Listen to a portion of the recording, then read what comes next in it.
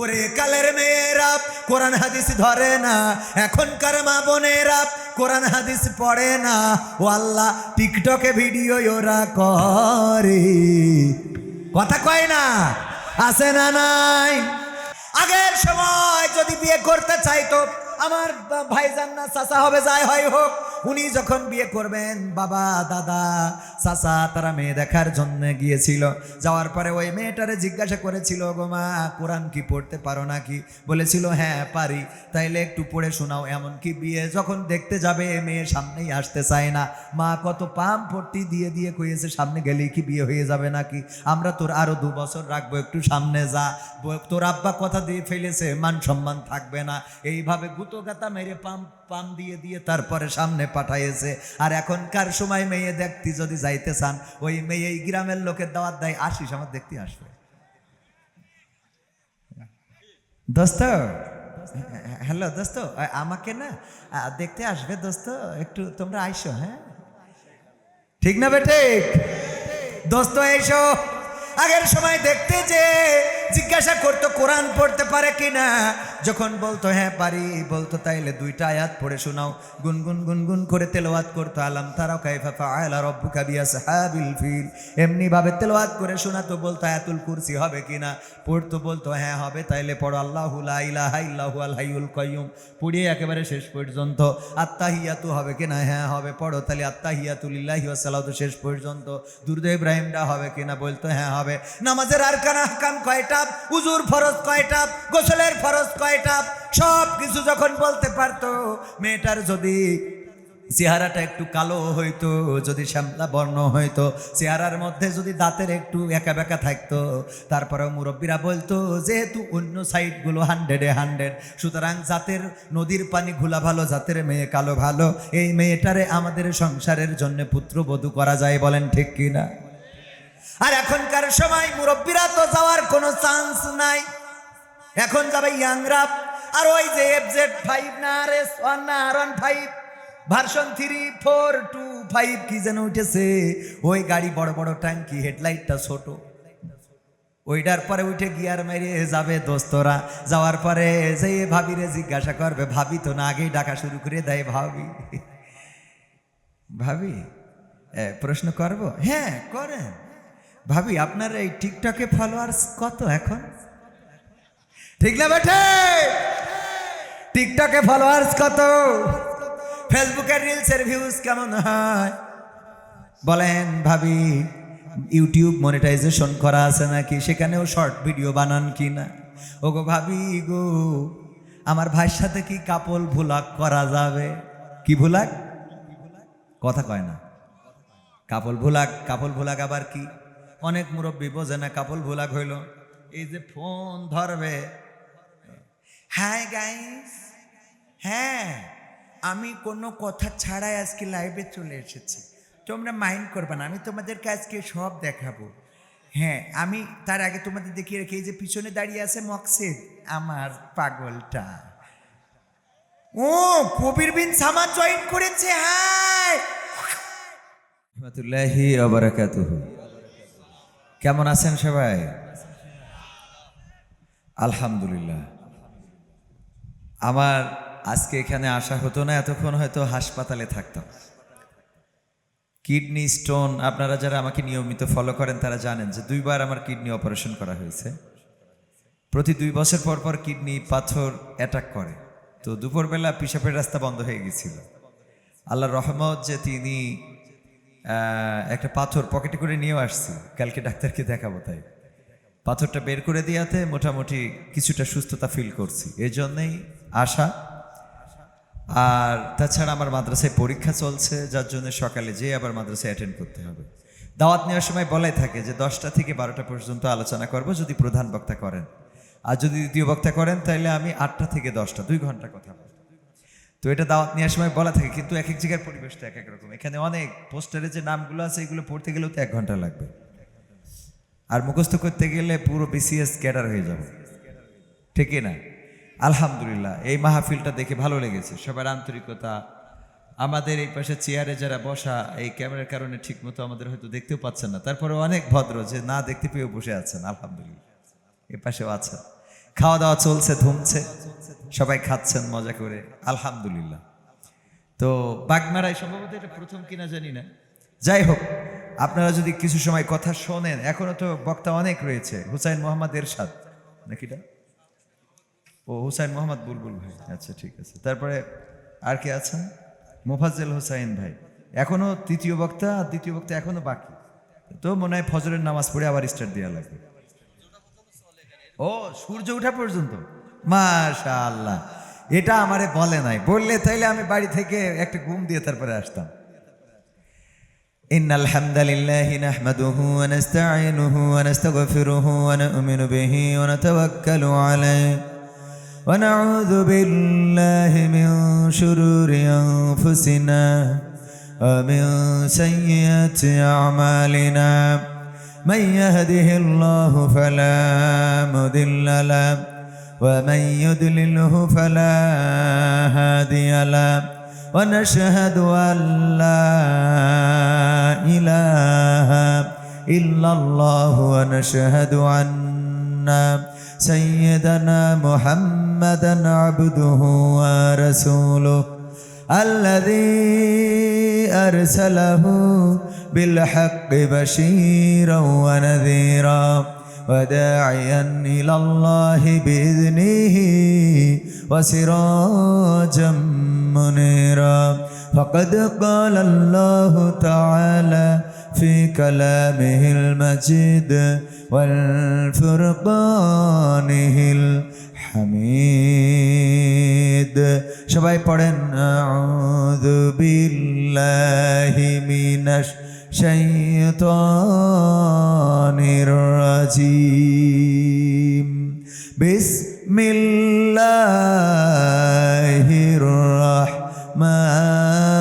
রাহমানির রাহিম মিনহা খালাকনাকুম ওয়া ফিহা নুঈদুকুম ওয়া মিনহা নুখরিজুকুম তারাতান উখরা ওয়া ক্বালা আল্লাহু তাআলা ফি শানি হাবিবি ইন্নাল্লাহা ওয়া মালাইকাতাহু ইউসাল্লুনা আলান নাবি ইয়া আইয়ুহাল্লাযীনা আমানু সাল্লু আলাইহি ওয়া সাল্লিমু তাসলিমা আল্লাহুম্মা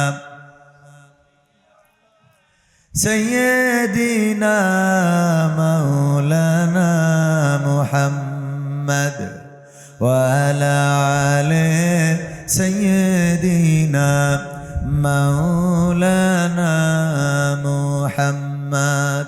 এই দুরুদে যাদের সমস্যা আছে দুরুদ ইব্রাহিম পড়েন। আল্লাহুম্মা সাল্লি আলা মুহাম্মাদিন ওয়া আলা আলি মুহাম্মাদ কামা সাল্লাইতা আলা ইব্রাহিম ওয়া আলা আলি ইব্রাহিম ইন্নাকা হামিদুম মাজিদ।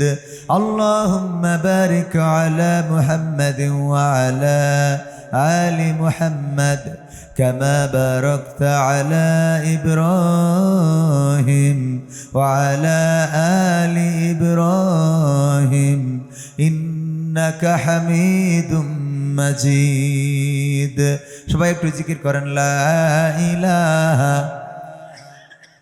লা ইলাহা ইল্লাল্লাহ লা ইলাহা ইল্লাল্লাহ লা ইলাহা لا إله لا إله لا إله إلا الله محمد رسول الله سبحان الله والحمد لله لا إله إلا الله سبحان الله والحمد لله لا إله إلا الله محمد رسول الله صلى الله। সবাই বলেন সাল্লাল্লাহু আপনাদের কি কষ্ট হচ্ছে? মাঝে মাঝে সাড়া সংকেত কি দেয়া যাবে? আওয়াজ তোলা যাবে? দাড়িতে সুন্নাত, টুপিতে সুন্নাত, পোশাকেও সুন্নাত আসি, পাথরের আঘাত খাওয়া সেটা যে সুন্নাত, কেন মনে হয় না তোমার কাছে? কেন মনে হয় না তোমার কাছে? ঠিক না বেঠে? দাড়িতে সুন্নাত, টুপিতে সুন্নাত, পোশাকেও সুন্নাত আসি, পাথরের আঘাত খাওয়া সেটা যে সুন্নাত, কেন মনে হয় না তোমার কাছে? কেন মনে হয় না তোমার কাছে? নবীর প্রেমে তুমি দাওয়াতে তাবলীগ ধারণ করেছ বুকে, সেই তুমি আজ কেন জুলুমের প্রতিবাদে আওয়াজ তোলো না মুখে? নবীর প্রেমে তুমি দাওয়াতে তাবলীগ ধারণ করেছ বুকে, সেই তুমি আজ কেন জুলুমের প্রতিবাদে আওয়াজ তোলো না মুখে? মেসওয়াক করো তুমি রোজ প্রতিদিন, মেসওয়াক করো তুমি রোজ প্রতিদিন, সেখানেও সুন্নাত আছে। পাথরের আঘাত খাওয়া, মাঝে মাঝে জেলে যাওয়া সেটা যে সুন্নাত, কেন মনে হয় না তোমার কাছে? কেন মনে হয় না তোমার কাছে? মিলাদুন নবীতে বড় সোচ্চার তুমি, নাকি দেখানো লোক? সেই তুমি জানলে না আমার রাসূল ছিলেন সফল রাষ্ট্রনায়ক। মিলাদুন নবীতে বড় সোচ্চার তুমি, নাকি দেখানো লোক? সেই তুমি জানলে না আমার রাসূল ছিলেন সফল রাষ্ট্রনায়ক। উহুদের ময়দানে দাঁত ভাঙা ঘটনা, উহুদের ময়দানে দাঁত ভাঙা ঘটনা তোমার কিতাবে কি আছে? পাথরের আঘাত খাওয়া, মাঝে মাঝে রিমান্ডে যাওয়া সেটা যে সুন্নাত, কেন মনে হয় না তোমার কাছে? কেন মনে হয় না তোমার কাছে? ঠিক বললাম না ঠিক বললাম? আমরা দাড়ি রাখা সুন্নাত জানি, খাওয়ার শেষে মিষ্টি খাওয়া সুন্নাত জানি, মেসওয়াক করা সুন্নাত জানি, ফজরের নামাজে 2 রাকাত সুন্নাত জানি, জোহরের নামাজে আগে 4, ফরজের আগে 4, পরে আবার 2, আসরের নামাজে 4 রাকাত সুন্নতে মুআক্কাদা জানি, মাগরিবের সালাতে আমরা 3 রাকাতের পরে 2 রাকাত সুন্নাত জানি, এশার নামাজে 4 রাকাতের আগে 4 রাকাত সুন্নাহ, তারপরে আবার 2 রাকাত সুন্নাহ। আমরা সব কিছু জানি। আমরা সুন্নাহ হিসাবে অনেক কিছু ফলো করি, কিন্তু রাসূল সাল্লাল্লাহু আলাইহি সাল্লামের সুন্নাহর মধ্যে রাসূলের দান্দান মোবারক শহীদ হয়েছে, নিজ হাতে তরবারি ধরে যুদ্ধ করেছে, হিজরত করা লেগেছে, লড়াই সংগ্রাম করতে হয়েছে, রাষ্ট্র ক্ষমতায় গিয়েছে, এইগুলো মা জানি না, কথা কয় না। আর অনেকেই জানলেও মানি, কথা কয় না, মানি। অনেকেই জানি কিন্তু মানি না। অনেকেই বলে থাকে হুজুর দাওয়াত করে এনেছি, কথা বলবেন বলবেন, কিন্তু দয়া করে রাজনীতির কথা বলবেন না, আল্লাহ ও তার রাসূলের কথা বলে যাবেন। বলেন দেখি, আমার রাসূল রাষ্ট্র ক্ষমতায় ছিল না ছিল না? রাষ্ট্র ক্ষমতায় যদি রাসূল থাকে, রাষ্ট্রের কথা বলতে গেলে রাজনীতি হবে না হবে না? তাইলে রাসূলের কথা বলতে গেলে রাজনীতি তো আসবেই। আপনি নিষেধ করলেও আসবে, আপনি নিষেধ না করলেও আসবে। বরং আমরা যেটা বলতে চাই, অনেকেই মনে করে হুজুর আসে মানে জামাতে ইসলামের কথা বলে। আমি আল্লাহর কসম করে বলি, হুজুররা যদি জামাত ইসলামের কথা বলে তাইলে তাদের নীতি বিরুদ্ধ হয়ে যাবে। কারণ এখানে এই মাহফিলের আয়োজন করেছে এই দেশের এই এলাকার আপামর জনসাধারণ, সুতরাং সব জনগণের কথা বলার দরকার আছে না নাই? এমনকি অনেক মাহফিলে দেখা যায় হিন্দুরাও সহযোগিতা করে, হিন্দুরাও টাকা দেয়, পয়সা দেয়, স্বেচ্ছাসেবকের দায়িত্ব পালন করতেও দেখেছি হিন্দুদেরকে। সুতরাং সব দলের, সব ধর্মের, সব মতের লোকের কথা বলার জন্য জামাত ইসলামের কথা বললে হবে না, প্রকৃত অর্থে আল্লাহর ইসলামের কথা বলা লাগবে। এখন আল্লাহর ইসলামের কথা বলতে যে আপনি যদি মিলায়ে খুঁজে পান জামাতের সাথে মিল আছে তাইলে আছে, যদি বিএনপির সাথে মিল থাকে তাইলে আছে, যদি আওয়ামী লীগের সাথে মিল থাকে তাইলে আছে, সেইটার সাথে মিলে যাবে, সেইটার সাথে সম্পর্ক রাখলে দোষের কিছু হবে? কথা কয় না, হবে? কারণ ইসলামের কথা বললে যদি আজকে আওয়ামী লীগের সাথে মিলে যায়, রাসূলের সুন্নাহগুলো যদি শেখ হাসিনার সাথে মিলে যায়, রাসূলের সুন্নাহগুলো যদি ওবায়দুল কাদেরের সাথে মিলে যায়, তাইলে ওবায়দুল কাদেরকেও ফলো করা যাবে না যাবে না? ফলো করা যাবে, ঠিক না বেঠে? কিন্তু যদি রাসূলের সুন্নাহর সাথে আমার ডাক্তার মোহাম্মদ আব্দুল বারী সাহেবের যদি রাসূলের সুন্নাহর সাথে মিল না পাওয়া যায়, তাইলে তার কি ভোট দেওয়া যাবে? তার পক্ষে কি দাঁড়ানো যাবে? না, দাঁড়ানো যাবে না। অনেকেই আমাদেরকে ভুল বুঝে থাকেন, অনেকেই মনে করেন এসে যখন ইসলামের পক্ষে, কোরআনের পক্ষে হাত তোলা হয়, আমার বিএনপির ভাইয়েরা অনেক জায়গায় প্রশ্ন করে, হুজুর মাহফিলে আমরাও তো টাকা দিলাম, আমরাও তো অতিথি, আমরাও তো বিশেষ অতিথি, আপনি হাত উঁচু করালেন কই? আমাদের তো ভোট চলে গেল। আমি বলি না, আমি জামাতে ইসলামের পক্ষে, চরমনার পক্ষে, আটরশি, ফুরফুরা, এমনকি সুন্নিয়াতের পক্ষে কারো পক্ষে হাত তুলি নাই, আলে হাদিসের পক্ষে হাত তুলি নাই, হাত তুলাই নাই।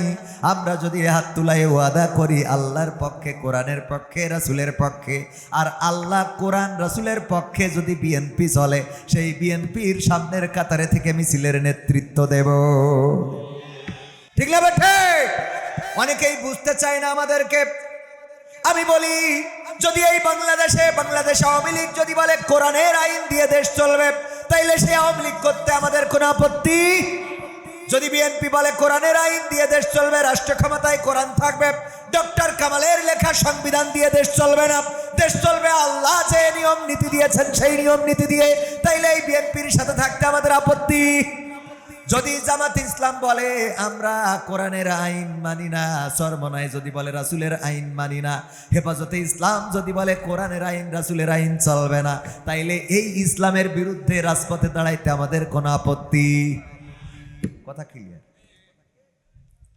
ভাইরা আমার, ভালো করে বুঝতে হবে, কাটিং সাটিং দিয়ে ভাইরাল করবেন না। অনেকেই আছে কাটিং অংশ, খণ্ডিত অংশ প্রচার করে, দেখেন হুজুর কি বলে ফেললো, কি করে ফেললো।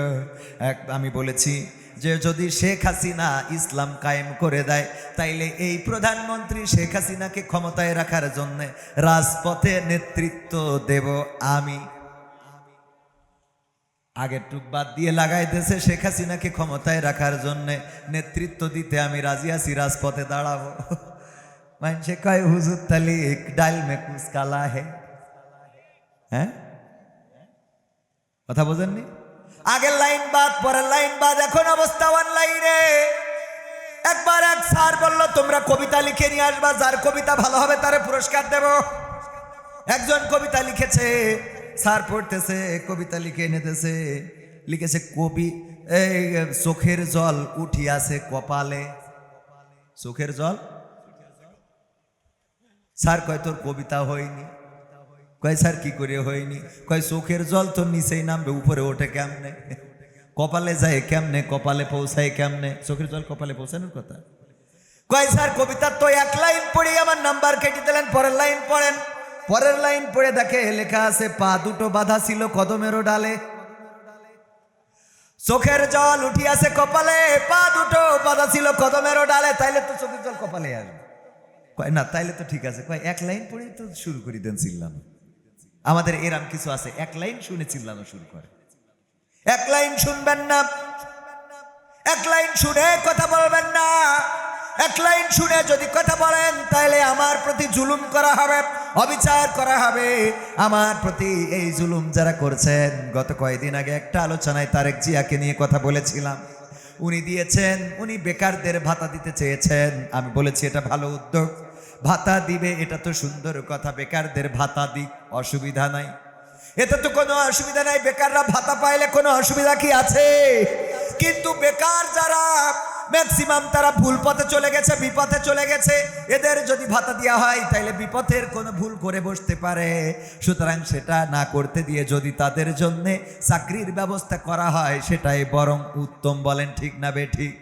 এই কথাটারে উল্টো পাল্টা করে অনেকেই আমার বিরুদ্ধে লাগায় যে আমি তারেক জিয়ার বিরুদ্ধে কথা বলেছি, এখন এই হুজুরের বিরুদ্ধে মামলা দিতে হবে। আমরা মামলার ভয় পাই না, হামলার ভয় পাই না, কারণ আমাদের জীবনকে আল্লাহর রাস্তায় সঁপে দিয়েছি। তবে মাথায় রাখবেন, আপনি মামলা হামলা করার আগে বুঝে নেবেন আসলে আমি বলেছি কি, করেছি কি, কার জন্যে বললাম, কিসের জন্যে বললাম। ঠিক না ঠিক? তা না হলে অবিচার হতে পারে না, পারে না, জুলুম হতে পারে না, পারে না। এই স্টেজে প্রধান অতিথি যিনি, তিনি হলেন বাংলাদেশ জাতীয়তাবাদী দল সদস্য সচিব বাগমারা উপজেলা জনাব অধ্যাপক মোহাম্মদ কামাল হোসেন সাহেব, যিনি বাগমারা উপজেলার সদস্য সচিব বাংলাদেশ জাতীয়তাবাদী দল। এই দলের প্রধান অতিথি আবার সভাপতি যিনি, তিনি হলেন বাংলাদেশ জামাত ইসলামের নেতা জনাব আলহাজ ডাক্তার মোহাম্মদ আব্দুল বারী, যিনি এই আসনের এমপি পদপ্রার্থী। এই ভ্রাতৃত্ব দরকার আছে না নাই? দুইজনই স্টেজে আসলো, একজন বেগম জিয়ার হাতকে শক্তিশালী করতে বলল, বেগম জিয়ার জন্য দোয়া চাইলো, সুস্থতার জন্য, বিএনপির জন্য দোয়া চাইলো। অবশ্যই অধিকার আছে না নাই? কথা কয় না, আছে না নাই? বেগম জিয়ার পক্ষে আমরাও দোয়া করেছি। আমরা তার বিরুদ্ধে বালুর ট্রাক যখন বাড়ির সামনে ছিল তখন আমরাই কথা বলেছি। বলেন ঠিক কিনা? অথচ যারা আমাদেরকে ভুল বোঝে তাদেরকে বলতে চায়, আমাদের ইতিহাসটা খুঁজে দেখেন। একই সাথে 16টা 17টা বছর আর আগের আরো 5 বছর ক্ষমতায় থাকা হলো। ক্ষমতায় থাকার আগেও আবার জোট করা হলো। তার মানে 17 আর 5 কত? 22। আর আগে আন্দোলন যদি হয় 1 বা 2 বছর, তাইলে 22 আর 2 কত? 24। মোট 25 মিলায়ে আমরা 24ও যদি ধরি, 2 যুগ একসাথে থাকলাম, একই ঘরে থাকলাম, একই রাস্তায় নামলাম, একই জেলখানায় থাকলাম। এমনকি সালাউদ্দিন কাদের সাকা চৌধুরী, শর্টকাট নেম সাকা চৌধুরী, যিনি 6 বারের সংসদ সদস্য বিএনপি, এবং সেই আমাদের জামাতের মুহতারাম সমাজ কল্যাণ মন্ত্রী সাবেক জনাব আলী হাসান মোহাম্মদ মুজাহিদ রাহিমাহুল্লাহ, দুইজনকে একই দিনে ফাঁসির কাস্টে ঝুলানো হলো। এত কিছু সব একসাথে করে এখন এমন কি ঘটে গেল যে জামাত বিএনপিকে সহ্য করে না, বিএনপি জামাতকে সহ্য করে না। আসলে এই প্যাচটা বাঁধাইলো কারা? খোঁজার দরকার আছে না নাই? এই প্যাচ বাঁধালো কারা? এই প্যাচ বেঁধেছে আমার দাদার দেশ থেকে। কথা কয় না? দাদার দেশ থেকে প্রেসক্রিপশন আসে যে যদি তোমরা এদের সাথে সম্পর্ক একটু ফাঁকা করে রাখতে পারো তাইলে আমরা তোমাদের পক্ষে আছি। এই পক্ষে থাকা পক্ষে না, এই পক্ষে থাকা যদি পক্ষে হইতো তাইলে আমাদের দেশের উন্নয়নে যার কোনো জুড়ি নেই, মেট্রো রেল বানাইলো, পদ্মা সেতু বানাইলো, টানেল বানাইলো, আমাদের দেশের কারেন্ট দিল, ঘরে ঘরে বিদ্যুৎ দিল, 10 টাকা চাল খাওয়াইলো, ডাল খাওয়াইলো। সেই নেত্রীরে তারা কেমন করে নিয়ে যায়? কথা কয় না? এত উন্নয়নে যার এত ভূমিকা, সেই নেত্রীর আমাদের দরকার আছে না নাই? কথা কয় না? এই জন্য ডক্টর ইউনূস যখন মিটিংয়ে বসেছিল আমার নরেন্দ্র মোদী দাদা দাঁড়িয়ে বলল শান্তি, নমো নমো, বলল অত শান্তির দরকার নেই, আমার দরকার শেখ হাসিনার ফেরত দাও। কয়েছে না কয়ে নাই? আর আমার দাদা মনে হয় বলেছে, অনেক সাধনার পরে আমি পেলাম তোমার মন। ওয়াজ কি চলবে? চলবে। অসুস্থ মানুষ, তারপরেও হক আদায় করবো ইনশাআল্লাহ। এরপরেও আপনাদের তো এখানে খাওন দাওন আছে না নাই? খাওয়াচ্ছে, পড়াচ্ছে, মাখাচ্ছে, আবার আপনারা বাক্স ভরে ফেলাচ্ছেন। আলহামদুলিল্লাহ, বাক্সটা বড় হইলে আমাদের খুশি লাগে। আবার লাইট বন্ধ হয়ে যায় কেন? হ্যাঁ ঠিক আছে, আলোচনা কি শুরু করব? শুনতে রাজি আছেন? আজকে পোস্টার এত লম্বা হইলে তো পড়াও তো কষ্ট, আবার না পড়লেও তো অনেকেই মন খারাপ করবে।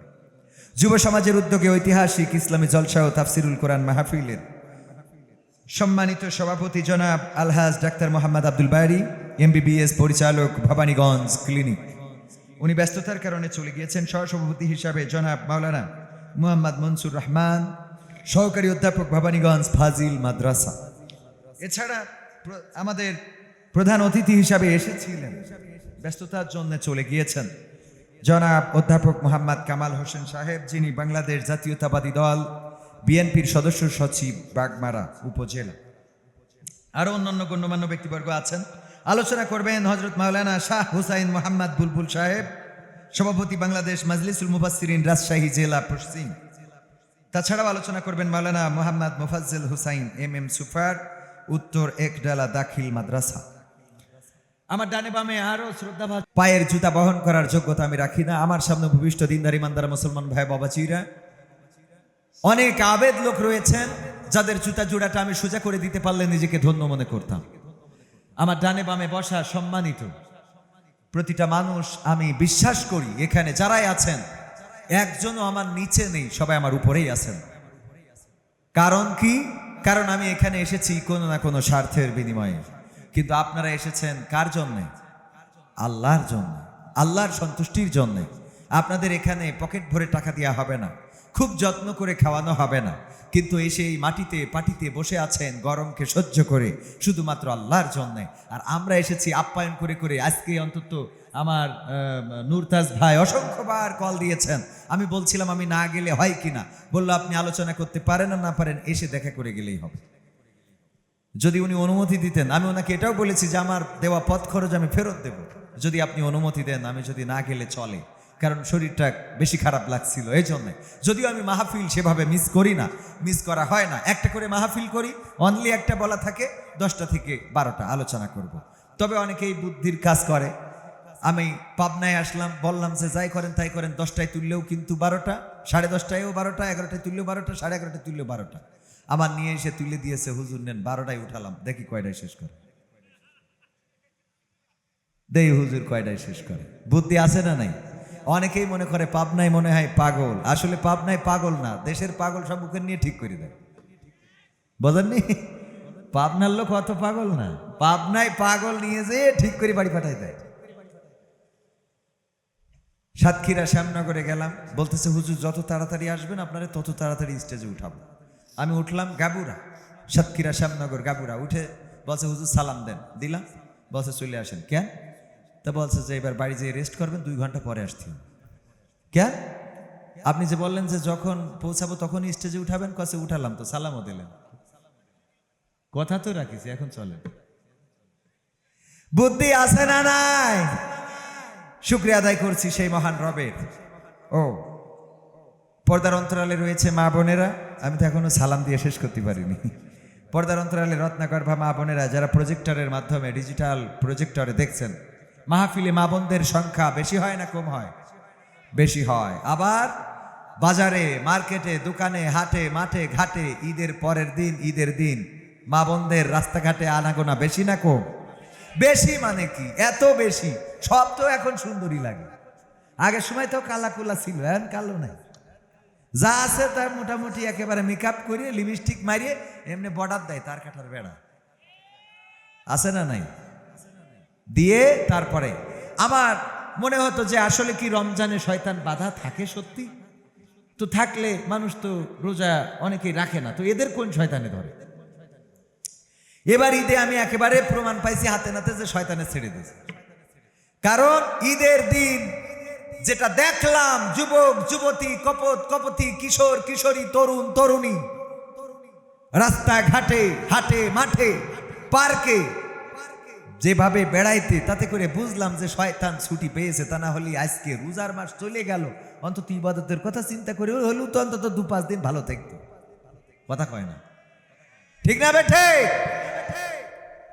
পর্দার অন্তরালে আছেন রত্নাকর ভামা এবং বোনেরা, মাইকের আওয়াজ যারা শুনছেন সবাইকে আনুষ্ঠানিকভাবে সালাম জানাচ্ছি। আসসালামু আলাইকুম রহমতুল্লাহি ওয়া বারাকাতুহু। আমরা আল্লাহর শুকরিয়া আদায় করছি যে মহান রব দয়া করে মায়া করে আমাদেরকে মানুষ হিসাবে সৃষ্টি করেছেন। তিনি চাইলে আমাদের অন্য কোনো প্রাণী করে পাঠাতে পারতেন। যদি আল্লাহ রাব্বুল আলামিন আমাদের অন্য কোনো প্রাণী করে পাঠাতো, যেমন সাপ দেখেন না, এখন যদি একটা সাপ এখানে ঢোকে, এই সাপ, মানুষ সাপরে দেখে পালাবে এটা ঠিক, কিন্তু পালায়ে বাড়ি চলে যাবে না, লাঠি খুঁজে এনে তারে পিটাবে তো পিটাবে, বেঁচে যায় এই ভয়ে আবার তারে পুড়ায় জাহান্নাম বানায় তারপরে যাবে। আপনাদের দিকে পুড়ায়, আমাদের দিকে সাপ মেরে আবার ওরে পুড়ায়, কয়ে ও নাকি বাতাসে বেঁচে যায়। এইখানে পুড়ায় না, মারে তো মারে। তো ওই সাপ কোনোদিন কাউরে কামড়ায় নাই, বরং বাচ্চা যা হয়েছে বাচ্চাদেরকে বুঝাইছে যে দেখো খবরদার যেন মানুষের কামড়াবা না, অনিষ্ট করবা না। এই ভালো সাপটাও যদি রাস্তায় বের হয় তাও আপনারা রাখবেন তারে? সাপ বানায় যদি পাঠাইতো তাহলে বিনা বিচারে গণধুলাই খেয়ে 28 অক্টোবরে যেভাবে আমার ভাইয়েরা শহীদ হয়েছিল ওইভাবে পৃথিবী ছেড়ে চলে যাওয়া লাগতো, ঠিক না বে ঠিক? যদি শিয়াল বানায় পাঠাতো, এই অঞ্চলের সবচেয়ে ইমানদার শিয়াল যে কোনোদিন কারো মুরগির ঘরে যায় নাই, বরং যারা যায় তাদেরকে গণসংযোগ করে, বলে দেখো যাওয়া যাবে না, এই কাজ করা যাবে না, খারাপ কাজের সাথে জড়িত হওয়া যাবে না, অন্যের মুরগি ধরে খাওয়া যাবে না, গরিব মানুষ অনেক কষ্ট করে মুরগি লালন পালন করে, ফিট কিনে এনে খাওয়ায়, খবরদার যেন কারোর মুরগি ধইরো না, বরং তোমরা পুকুরে যাও, ব্যাঙ খাও, সাপ খাও, কুত্তা বিলাই যা মনে চাই তাই খাও, কিন্তু মানুষের মুরগি ধইরো না। এই কথা বলা শিয়ালটা এমন একজন ইমানদার শিয়ালও যদি দিনের আলোতে বের হয় আর আমার ভাইয়ের সামনে যদি পড়ে, আমার ভাইয়ের হাতে কিছু থাক আর না থাক, বলেন দেখি ওই শিয়ালের দিকে ছুটে মারার বা ছেলে মারার জন্য কিছু খুঁজবে না? খুঁজবে না? সত্য বলছি না মিথ্যা বলছি? আপনাদের দিকে শিয়াল আছে কিনা? যে শিয়াল কোনোদিন কারো মুরগি ধরে নাই, বরং মুরগি ধরলে আরো ওই শিয়াল বলে এটা গুনার কাজ, অন্যায়, অপরাধ করা যাবে না। এই কথা বলা শিয়ালটাও দিনের আলোতে বেরোতে পারে না। ওগো আমার ভাইয়েরা, আল্লাহ রাব্বুল আলামিন চাইলে আমাদের এমন কোন শিয়াল করে পাঠাতে পারতেন না? পারতেন না? ওই শিয়ালদেরও তো রূহ আছে, ওদেরও জীবন আছে, ওদেরও মনের মধ্যে স্বপ্ন আছে, আশা আছে, আকাঙ্ক্ষা আছে, সন্তান আছে, সম্পদ আছে, ওদেরও এই পৃথিবীতে বেঁচে থাকার জন্য কিছু আশা আকাঙ্ক্ষা, কিছু স্বপ্ন থাকে। ওগো আমার ভাইয়েরা, আল্লাহ রাব্বুল আলামিন চান নাই আমাদেরকে সাপ বানাইতে, চান নাই কুত্তা বানাইতে, বিলাই বানাইতে, শিয়াল বানাইতে, এমনকি যদি বাঘ বানাতো, সিংহ বানাতো, তাও জঙ্গলে থাকা লাগতো অথবা চিড়িয়াখানায় রাখতো, আর আমাদের জন্য বরাদ্দ থাকতো গরুর গোশ, আর আমাদের মরা পোল্ট্রি খাওয়াই রাখতো। বলেন ঠিক কিনা? যে আল্লাহ মানুষ বানাইছে সে আল্লাহর শুকরিয়া আদায় করা যাবে না? যাবে না? সবাই বলেন আলহামদুলিল্লাহ। আমরা আল্লাহর শুকরিয়া আদায় করতে চাই না। মানুষ এত বড় অকৃতজ্ঞ। আল্লাহ বলেন ফাযকুরুনি আযকুরুকুম ওয়াশকুরুলি ওয়ালা তাকফুরুন। আমার আল্লাহ বললেন তোমরা আমাকে স্মরণ করো, আমিও তোমাদেরকে স্মরণ করব। তোমরা আমার জিকির করো, জিকির করার অর্থ স্মরণ করা। তোমরা যদি আমাকে স্মরণ করো আমিও তোমাদেরকে স্মরণ করব, আর আমার নিয়ামত খেয়ে অকৃতজ্ঞ হইও না। কিন্তু আমরা মানুষ এত বড় অকৃতজ্ঞ, আপেলটা খায় আর বলি আপেলটা আমার দুলাভাই এনেছিল অনেক মিষ্টি। কথা কয় না? মুরগির গোশত খায় আর বলি দেশি মুরগি, এই জন্য এত স্বাদ। এটা বলি না আল্লাহ রাব্বুল আলামিন মুরগির মধ্যে এত স্বাদ দিয়েছেন আলহামদুলিল্লাহ। এই আলহামদুলিল্লাহ শব্দটা বলতে আমাদের কার্পণ্য আছে না নাই? অকৃতজ্ঞ মানুষ আল্লাহর শুকরিয়া আদায় করে না। অকৃতজ্ঞ, এতটাই অকৃতজ্ঞ হয়ে যায় 5ই আগস্টে যারা আন্দোলন করলো, রক্ত দিল, জীবন দিল, আমার ছাত্র জনতা, তারা ক্ষমতার জন্য লড়ে নাই, তারা চেয়ারে বসার জন্য লড়ে নাই। আমার ছোট্ট ছোট্ট বাচ্চা শিশুরা তারা রাজপথে নেমে গেল। বাঘা শুধু নয়, রাজশাহীতে রাজপথে থেকে পুলিশের সামনে বুকটা পেতে দিল। রংপুরের আবু সাইদ বুকটা পেতে দিয়ে বলল, এই বুকে গুলি করতে পারো, তারপরেও রাজপথ ছেড়ে দেব না। বুকে গুলি খাইলো, শহীদ হয়ে গেল। প্রায় 2000 শহীদ হইল, 20,000-এর বেশি আহত হইল। এত কিছু করে স্বৈরাচার ফ্যাসিস্ট বিদায় নিল। আর অনেকেই আবার বলে তথাকথিত আন্দোলন।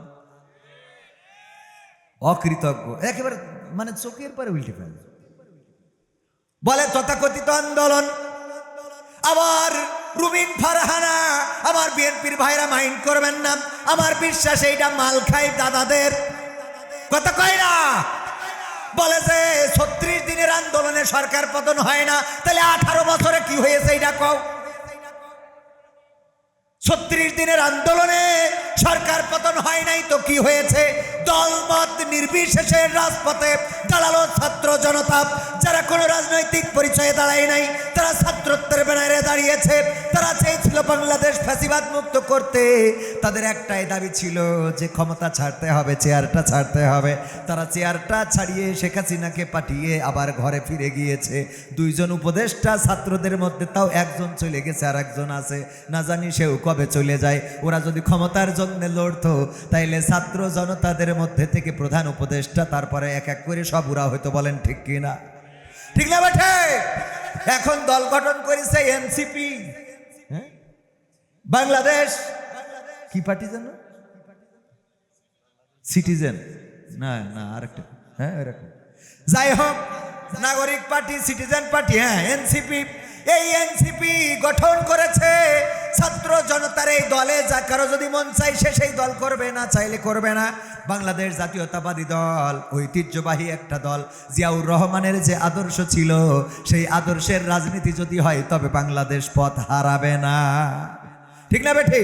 ডক্টর ইউনূস এখন যেটা করছে এই দেশের জন্য ইন্টারন্যাশনাল ভাবে যেই কাজগুলো করে যাচ্ছে ডক্টর ইউনূসের এই শাসনে বাংলাদেশের মানুষ খুশি আছে না নাই? কিন্তু নির্বাচনের পরিবেশ করে দিতে হবে, মানুষের ম্যান্ডেট, মানুষ যেন তার মতামত প্রকাশ করতে পারে, একটি সুন্দর পরিবেশ করে দিতে হবে। যেই পরিবেশে যদি চাই ধানের শীষে ভোট দেবে, যদি চাই দাড়িপাল্লা তাতে ভোট দেবে, যদি চাই অন্য মার্কা তাতে ভোট দেবে। কিন্তু বাংলাদেশে কোনো ফ্যাসিবাদের মার্কা চলবে? যেই ফ্যাসিবাদেরা নির্বিচারে মানুষ হত্যা করেছে, যেই ফ্যাসিবাদ বাংলাদেশে বেগম জিয়ার বাড়ির সামনে ট্রাক রেখেছিল, যেই ফ্যাসিবাদ জামাত ইসলামের আমিরের গলায় ফাঁসির রশি ঝুলিয়েছে, যেই ফ্যাসিবাদ ইসলামী আন্দোলনের নেতাকর্মীদেরকে ফাঁসির কাস্টে ঝুলিয়ে বিদায় করেছে, যেই ফ্যাসিবাদ আল্লামা দেলওয়ার হুসাইন সাইদির মতো কোরআনের মুফাসসির গোটা বাংলাদেশ শুধু নয় পৃথিবীর 50টিরও বেশি দেশে যিনি তাফসির করলেন, যার বয়ান শুনে হাজার হাজার মানুষ পথহারা মানুষ পথ খুঁজে পেয়েছে, যার বয়ান শুনে শত শত মানুষ ইসলাম কবুল করেছে, যার বয়ান শুনে এখনো পর্যন্ত মানুষেরা পথের দিশা খুঁজে পায়, এই মানুষটারে যারা 13টা বছর কারাগারে রেখে ক্ষান্ত হয় নাই, চিকিৎসার নামে হাসপাতালে নিয়ে ইনজেকশন পুশ করে শহীদ করে দিল, এই ফ্যাসিবাদ আর বাংলাদেশে আসতে দেয়া হবে না। হবে? এমপিরা সব কোথায় গেল?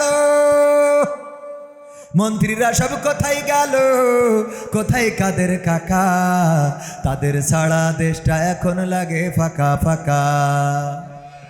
পালাবো না, প্রয়োজন হলে ফখরুলের বাসায় গিয়ে উঠবো। পালাবে না, পালাবে না, যাই না তবু দেখা। পালাবে না, পালাবে না, যাই না তবু দেখা। তাদের ছাড়া দেশটা এখন লাগে ফাঁকা ফাঁকা, ওদের ছাড়া দেশটা এখন লাগে ফাঁকা ফাঁকা। আইন মন্ত্রী আটকে গেল আইনের ফাঁকে, দাড়ি ছাড়া দরবেশের ভণ্ড ভণ্ড লাগে। ঠিক না ঠিক? আইন মন্ত্রী আটকে গেল আইনের ফাঁকে, দাড়ি ছাড়া দরবেশের ভণ্ড ভণ্ড লাগে। শুনছি কত নেতা নেত্রী খাইতেছে ভাই ডান্ডা, বিচারপতি কালামানিকের ফাটিয়েছে আন্ডা। পলকের ঝলক গেল, পলকের ঝলক গেল থামিয়ে নেটের চাকা। না আপনাদের এলাকার মানুষগুলি বলতেছেন না নাকি? পলকের ঝলক গেল থামিয়ে নেটের চাকা, তাদের সারা দেশটা এখন লাগে ফাঁকা ফাঁকা, ওদের সারা দেশটা এখন লাগে ফাঁকা ফাঁকা। কই গেল সেই সংসদেতে মমতাজের গান, কোথায় গেল হজরত বলা স্বামী ওসমান? মমতাজের গান কি এখন সংসদে শোনা যায়? না, শোনা যায় না। আমি বললাম, গো মমতাজ আপা, আপনার তো গান গাওয়া লাগবে, কেন গাবেন না?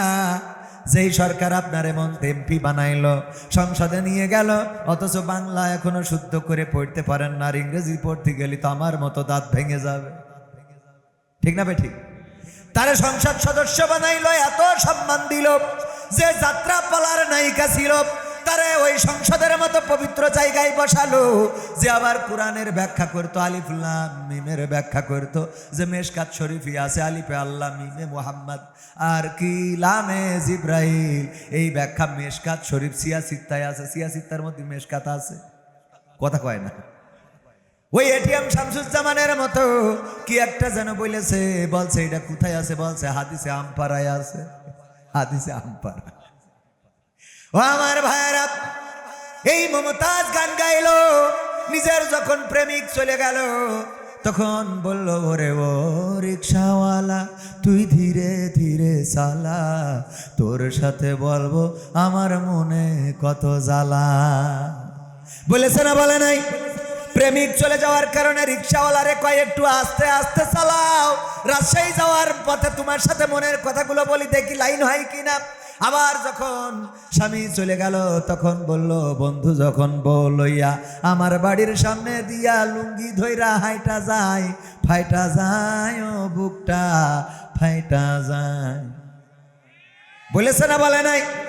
অথচ তার নেত্রী, যেই নেত্রীর নামে, যেই নেত্রীর বাবার নামে সংসদে গান গাইল, সেই নেত্রী চলে গেল রে, আর আমার মমতাজ আপা কোনো গান গাইল না রে। আমি বলি, তুমি নেমো খারাপ, তুমি বেঈমান, তোমার মতো বেঈমান নেমো খারাপ স্বার্থপর আর হইতে পারে না। আমি শিখাই দিলাম, গো আপা, যদি পারো তাইলে গাও আমার সোনার ময়না পাখি,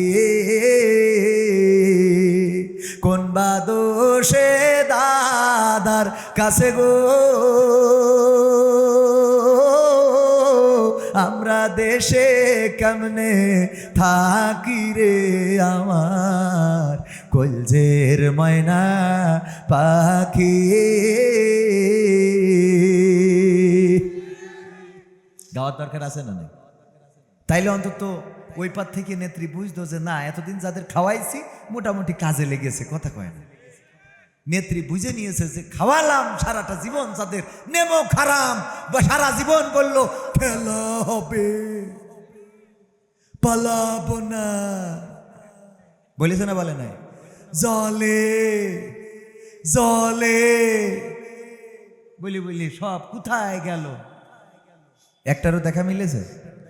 গান গাচ্ছে না তা না, গানও গায় তারা, তবে সেই গানটা গোপনে গায়, মাঠে গায়, বাগানে গায়, পায়খানা ঘরে বসে গায়। বলবো সেই গানটা কি? ও আমার দরদি আগে জানলে, আগে জানলে তোর ভাঙা নৌকাই চড়তাম না, ভাঙা নৌকাই চড়তাম না, এই বিপদে পড়তাম না, ভাঙা নৌকাই চড়তাম না, আর আজ বিপদে পড়তাম না। ওরে বর্ডারেতে খাইলাম ধরা, বিসিটাও তো পাইলাম না, আগে জানলে, কথা কয় না, আগে জানলে তোর ভাঙা নৌকায় চড়তাম না। ঠিক না বেঠে? আল্লাহর বাইরে যদি আপনি কোনো দলে, কোনো মার্কায় চলেন, কোনো মার্কায় যদি আপনি চলেন, সেই মার্কা দিয়ে দুনিয়ায় তো মুক্তি পাওয়া যাবে না, আর পরকাল তো আরো কঠিন হবে, বলেন ঠিক কিনা? আল্লাহর পথের পথিক যারা, আল্লাহর পথে দাঁড়ায় যারা, আল্লাহর পথে চলে যারা, তাদের পক্ষে যদি থাকেন রাষ্ট্র ক্ষমতায় যাওয়া লাগবে না, প্রয়োজন হবে না। রাষ্ট্র ক্ষমতায় যাওয়ার জন্য চেষ্টা করবে, এতেই আপনার দুনিয়া আখিরাতের জীবন সুন্দর হয়ে যাবে। বলেন সুবহানাল্লাহ। ওগো আমার ভাইয়েরা, তাইলে গানের যেই জায়গায় ছিলাম ওখানে আবার ফিরে যাই। আলোচনা তো করতে হবে, সময় তো খুব দ্রুত চলে যাচ্ছে, 12টায় শেষ করতে চাইলাম, একটু সময়। ভাইয়েরা আমার, পবিত্র কোরআনের সূরা তাহার 55 নম্বর আয়াত তেলাওয়াত করেছি, মনে আছে না নাই? মুখস্থ আছে না নাই? মুখস্থ আমাদের হয়ে গেছে কেন? মিনহা খলাকনাকুম ওয়া ফিহা নুঈদুকুম ওয়া মিনহা নুখরিজুকুম তারাতান উখরা। এই আয়াতটা মুখস্থ আমাদের আছে না নাই? মুখস্থ হয়ে গেছে, কারণটা কি? হ্যাঁ বলেন, কারণটা কি? হ্যাঁ হ্যাঁ হ্যাঁ, আমি সেই কথাটাই শুনতে চাচ্ছিলাম।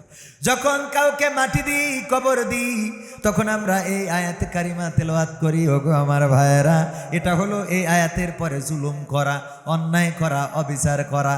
এই অন্যায় অবিচার যে করেন, সেই কেন করেন আর কেন করবেন না, সেই কথাটা আজকে আপনাদের সামনে ক্লিয়ার করে দিয়ে তারপরে বাড়ি যাবো। শুনতে কি রাজি আছেন? রাজি আছেন? কারা কারা রাজি? দুটি হাত দেখি। লিল্লাহি তাকবীর। আল কোরআনের আলো, আল হাদিসের আলো, আমার নেতা তোমার নেতা, নারায়ে তাকবীর। ওগো আমার ভাইয়েরা, যদি আপনারা শুনতে চান, কথা শেষ না করে যাব না, সময় যা হয় হবে, এসেই যখন পড়েছি শেষ করে যাব। সূরাটা মাক্কি সূরা, এমন সময় নাজিল হয়েছিল যে সময় ওমর রাদিয়াল্লাহু তাআলা আনহু ইসলাম গ্রহণ করেছিল, ঠিক এই সূরা নাজিলের সময়। কারণটা কি? কারণ হলো ওমর রাদিয়াল্লাহু তাআলা আনহু শানে নজুলে যেটা পড়লাম, ওমর রাদিয়াল্লাহু তাআলা আনহু, এটা শানে নজুল নাই, এই কারণে কোরআন সূরা নাজিল হয় নাই। বিষয়বস্তুর প্রেক্ষাপট সেটাই, যেটা বর্ণনা হয়েছে সেটাই আপনাদের সামনে বলছি। শানে নজুলটা হলো আল্লাহর নবী সাল্লাল্লাহু আলাইহি সাল্লাম যখন কোরআন শোনাতেন, তখন কাফেরেরা বলতো, এতই যখন জানো তাইলে মুসা ফিরাউন তাদের ঘটনা একটু শোনাও দেখি, আমরা শুনবো। আল্লাহ রাব্বুল আলামিন পবিত্র কোরআনের এই সূরা তাহার মাধ্যমে মুসা আলাইহিস সালাম এবং ফিরাউনের ঘটনাগুলো সবিস্তারে বর্ণনা করেছেন। বলেন সুবহানাল্লাহ। এটা ছিল এটার শানে নজুল, কিন্তু নাজিল হয়েছে, প্রেক্ষাপটটা ছিল সেই সময়, যেই সময় ওমর রাদিয়াল্লাহু তাআলা আনহু ইসলাম কবুল করে নাই। ইসলাম কবুল করে নাই, মিটিং চলছিল, কে মুহাম্মাদের মাথা কাটবে। ওমর বলল, আমি কাটবো, আমি পারবো। বলছে যাও, রওনা দিল। পথিমধ্যে ইবনে নাইমের সাথে দেখা। ইবনে নাইম বলল, ওই যে ছাগলের বাচ্চা, ভেড়ার বাচ্চা, দুম্বার বাচ্চা ধরতে পারবা নাকি? কয় হ্যাঁ পারবো, ধরে দেখাও। নবীর তো মাথা কাটতে যাচ্ছাও, ছাগলের বাচ্চা, উটির বাচ্চা, ঘোড়ার বাচ্চা, গরুর বাচ্চা, বাছুর, এগুলো ধরা যায় নাকি? তিরিং বিড়িং করে একদিক থেকে আর একদিকে চলে যায়, ধরতে পারলো না। ওমর রাদিয়াল্লাহু তাআলা আনহু ঘেমে লাল হয়ে গেল, মিজাজটার গরম হয়ে গেল। ইবনে নাইম বললেন, ওগো ওমর, নবী মুহাম্মাদের মাথা কাটতে চলেছো খোলা তরবারি নিয়ে, অথচ তোমার ঘরে তোমার বোন ফাতেমা বিনতে খাত্তাব এবং তার স্বামী তোমার ভগ্নিপতি একই সাথে ইসলাম কবুল করেছে। এই খবর কি রাখো নাকি? আগে বাড়ি ঠিক করো, তারপরে অন্য জায়গায় যাও। মিজাজ খারাপ হবে না? হবে না? আমার বিএনপির ভাইয়েরা যদি শোনে যে বাড়ির স্ত্রী জামাতের রুকন হয়েছে, মিজাজ খারাপ হবে না? হবে না? কথা কয় না। আর যদি আমলিগরা শোনে, তাহলে তো সংসারই টেকবে না। ও আমার ভাইয়েরা, ওমর রাদিয়াল্লাহু তাআলা আনহু চিন্তা করলো, আহারে, যেই নবীর মাথা কাটতে যাচ্ছি সেই নবীর ইসলাম আমার বাড়িতে ঢুকে গেছে, এই বাড়িটা আগে ঠিক করা লাগবে। চলে গেল, দরজায় নক করলো। দরজা খিল দিয়ে কোরআন পড়ছিল, তখন যে কোরআনের আয়াত তেলাওয়াত করেছিল সেটা ছিল সূরা তাহা। এমনকি ওমর রাদিয়াল্লাহু তাআলা আনহু যখন ঘরের দরজা ভেঙে ভিতরে ঢুকে ফাতেমা বিনতে খাত্তাব এবং তার স্বামীকে মেরে রক্তাক্ত করে দিল, ফাতেমা বিনতে খাত্তাব হাতে রক্ত লাগিয়ে বললেন, ওগো ওমর, তুমি যেই পিতার সন্তান, আমি সেই পিতার সন্তান, তুমি যেই মায়ের গর্ভে ছিলে, আমি সেই মায়ের গর্ভে ছিলাম। কেমন করে পারলে তুমি আমার এমন রক্তাক্ত করে দিতে? ওগো ভাই আমার, তোমাকে আমি স্পষ্ট করে বলে দিচ্ছি, শুনে নাও। আমি যে কালেমা গ্রহণ করেছি, আমি যে কোরআনটা বুকে ধারণ করেছি, যতই মারো যতই পিটাও, আমি এই কোরআনটা আমার এই বুক থেকে আর নামাবো না। আমি এই কোরআনের পথ থেকে এক চুল পরিমাণ সরে যাব না, চাইলে তুমি মেরে ফেলতে পারো। এই কথা শোনার পরে ওমরের মনটা নরম হয়ে গেল। আহারে, কি এমন কিতাব, কি এমন কালাম, যেই কালাম শুনে আমার বোনেরা মরতে রাজি কিন্তু কোরআনের পথ ছাড়তে রাজি না। বলল, ওগো বোন, যদি একটু কোরআন শোনাতে তাইলে একটু শুনে দেখতাম কি আছে। তখন যেটা পড়ে শোনানো হয়েছিল সেটা ছিল সূরা তাহা। ওগো আমার ভাইয়েরা, ওমর রাদিয়াল্লাহু তাআলা আনহু শুনলেন, ছুটে চললেন নবীর কাছে নাঙ্গা তরবারি হাতে। সাহাবীরা খবর পেয়েছেন ওমর রাদিয়াল্লাহু তাআলা আনহু এসেছেন, নবীর আসছেন নবীর মাথা কাটতে। সাহাবীরা ঘিরে ধরেছে আল্লাহ রাসূল সাল্লাল্লাহু আলাইহি সাল্লামকে রক্ষা করার জন্য। সাহাবীরা বললেন, ওগো নবী, ওমরকে কিন্তু আমরা জীবন্ত ফিরে যেতে দেব না। আপনি এতদিন আমাদের মক্কায় কোনো কথা বলতে দেন নাই, প্রকাশ্যে ইসলাম পালন করতে দেন নাই। আপনি আমাদের এতদিন ঠান্ডা করে রেখেছেন, বলেছেন না সোচ্চার হওয়া যাবে না, চুপচাপ ইসলাম প্রচার করতে হবে, বিরোধিতা করা যাবে না। আমাদের মেরেছে, আমরা কোনো কথা বলি নাই। আবু যর গিফারি রাদিয়াল্লাহু তাআলা আনহু যখন ইসলামের সন্ধানে মক্কায় আসলেন, আল্লাহর রাসূলের সান্নিধ্য পাইলেন, কালেমা পড়লেন, মুসলমান হইলেন। আল্লাহর নবী বললেন, আবু যর, তুমি চলে যাও তোমার গিফার গোত্রে, সেখানে যে তুমি ইসলাম প্রচার করো, খবরদার যেন মক্কার আনাসে কানাসে এই কথা বলবা না। কিন্তু আবু যর গিফারি তিনি ছিলেন অত্যন্ত সাহসী একজন মানুষ। গিফার গোত্রের লোক, সেই সময় গিফার গোত্রের অনেক দাপট ছিল, প্রভাব ছিল। তার জন্যে আবু যর গিফারি মক্কার চত্বরে আসলো আর বলল, গো মক্কাবাসী শুনে নাও, আমি নবী মুহাম্মাদের কাছে পড়ে নিয়েছি লা ইলাহা ইল্লাল্লাহু মুহাম্মাদুর রাসূলুল্লাহ সাল্লাল্লাহু। আমি এই কালেমা পড়েছি। কাফেরেরা খেপে গেল, তারা একেবারে শকুনের মতো, চিলের মতো, ইগলের মতো তার উপরে হামলা করা শুরু করলো, রক্তাক্ত করে ফেললো। কেউ একজন বলল, তোমরা কারে মারো? গিফার গোত্রের লোকরে মারো। অথচ তোমাদের বাজারে যাওয়ার সময় রাজশাহীর পথে যাওয়া লাগে, মানে গিফার গোত্রের বাড়ির সামনে দিয়ে জাতি হয়। ওদের বই যে বিদেশে তখন যে লেনদেন, তখন বিদেশে যে ব্যবসা বাণিজ্য করার জন্য যেত, বলল যদি গিফার গোত্রের এই লোক মারা যায় তাইলে কিন্তু তোমাদের ঠ্যাং কেটে নেবে। এই কারণে আবু যর গিফারি রাদিয়াল্লাহু তাআলা আনহুকে মারা কমিয়ে দিল, অথবা আর মারল না। ওগো আমার ভাইয়েরা, এমনি ভাবে ইসলামের কথা কেউ বলতে পারে নাই। কাবার চত্বরে মক্কায় প্রকাশ্যে ঘোষণা দিতে পারে নাই। আল্লাহর নবীর সাহাবীরা বললেন, আজকে আর কোনো কথা শুনবো না, আপনি আমাদের নিষেধ করবেন না, আমরা ওমরকে উচিত শিক্ষা দিয়ে ছেড়ে দেব। আল্লাহর নবী বললেন, সাহাবীরা জায়গা করে দাও, ওমরকে আমার কাছে আসতে দাও। এর আগের দিন বিশ্ব নবী দোয়া করেছিলেন, ওগো আল্লাহ, তুমি যদি ইসলামের মধ্যে আবু জাহেল, আবু লাহাব, উতবা সাহেবা কিংবা ওমরের মতো কোনো একজনকে ইসলামের জন্য কবুল করে নিতে, তাইলে তোমার ইসলামের ভাব মর্যাদা আরো বেড়ে যেত। দোয়া করেছেন। আল্লাহর নবী কবুল করার দায়িত্ব কার? আল্লাহর নবী ছিলেন মুস্তাজাবুদ দাওয়াত। তিনি যে দোয়া করতেন সেই দোয়া কবুল করতেন কে? নামাজের মধ্যে মনে মনে বললেন, আমার যদি বাইতুল মাকদাস কিবলা না হয়ে যদি আমার কাবা শরীফ কিবলা হয়ে যেত তাইলে ভালো হতো, আমি একটু কাবার দিকে মুখ করে নামাজটা পড়তাম। এই মনে মনে করেছেন। আল্লাহ পবিত্র কোরআনে কারিম দিয়ে জানিয়ে দিলেন, ওগো নবী, আমি আপনার মনের অবস্থা বুঝতে পেরেছি, আপনি এখন নিজের চেহারাটা ঘুরাই কাবার দিকে করে দেন। বলেন সুবহানাল্লাহ। আল্লাহর নবীর কাছে আবু হুরায়রা এসেছিলেন, এসে বললেন, ওগো নবী, একটু দোয়া করে দেন। কিসের দোয়া করব? মা আমাকে মেরেছে। কেন মেরেছে? আমি আপনার কাছে এসেছিলাম, গভীর রাতে বাড়ি ফিরেছি, আমার মা মুশরিক জিজ্ঞাসা করলো কোথায় গিয়েছিলে? আমি বললাম নবী মুহাম্মাদের কদমের কাছে। আমার মা এটা শোনার পরে মেজাজ খারাপ হয়ে গেল, আমারে পিটাই বলল, হয় বাড়ি ছাড়বি নাই নবী মুহাম্মাদের কদম ছাড়বি। আমি বললাম, মা বাড়ি ছেড়ে দিলাম কিন্তু মুহাম্মাদের কদম ছাড়বো না। আল্লাহর নবী বললেন, ওগো আবু হুরায়রা, এই মায়ের বিরুদ্ধে নালিশ নিয়ে এসেছো আমার কাছে? বলল, না, মায়ের বিরুদ্ধে নালিশ আনি না, একটু দোয়া চাইতে এসেছি, বিশ্ব নবী একটু দোয়া করে দেন, আল্লাহ যেন আমার মাকে হেদায়েত নসিব করে দেয়। আল্লাহর নবী দোয়া করলেন। আবু হুরায়রা দৌড় দিলেন, সাহাবীরা টেনে ধরলেন, কোথায় যাও আবু হুরায়রা? তুমি তো ঠান্ডা শান্ত ভদ্র মানুষ, তুমি এমন তো দৌড়াও না, কারণটা কি এমন ঘটে গেল? আবু হুরায়রা বললেন, ছেড়ে দাও, ছেড়ে দাও, ছেড়ে দাও, আমাকে বাড়িতে যেতে দাও, আমি বাড়িতে যেয়ে দেখবো আমি দৌড়াই আগে বাড়ি পৌঁছালাম নাকি আমার নবীর দোয়া বাড়িতে পৌঁছে গেল। আবু হুরায়রা বর্ণনা করেছেন, আবু হুরায়রা বাড়িতে পৌঁছায় যখন দরজায় নক করলেন, ঠক ঠক ঠক ঠক ঠক ঠক করে আওয়াজ করলেন। মা বললেন, কে? আমি। আবু হুরায়রা বলেন, আমি বললাম, আমি আবু হুরায়রা। মা বললেন, বাবা দাঁড়াও, একটু দরজা খুলছি, একটু ওয়েট করো।